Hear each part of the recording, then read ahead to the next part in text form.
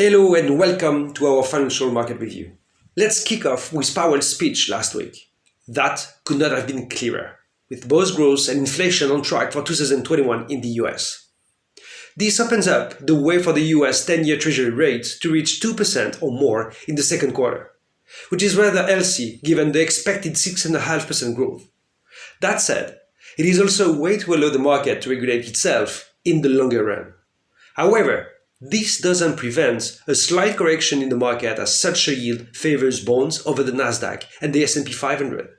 Indeed, at 2%, the equity risk premium would go down further.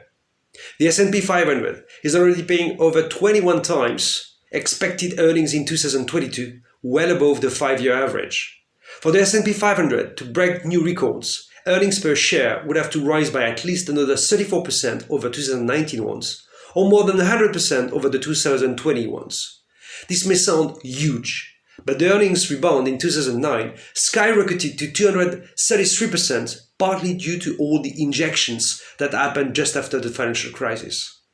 Another sign of normalization is that the Fed has not extended the advantage that was given to US banks in the middle of the COVID crisis. They will have to include their purchases of US treasuries in their leverage calculations. All this should make investors cautious before the publication of preliminary economic activity figures for March in the Eurozone and the United States.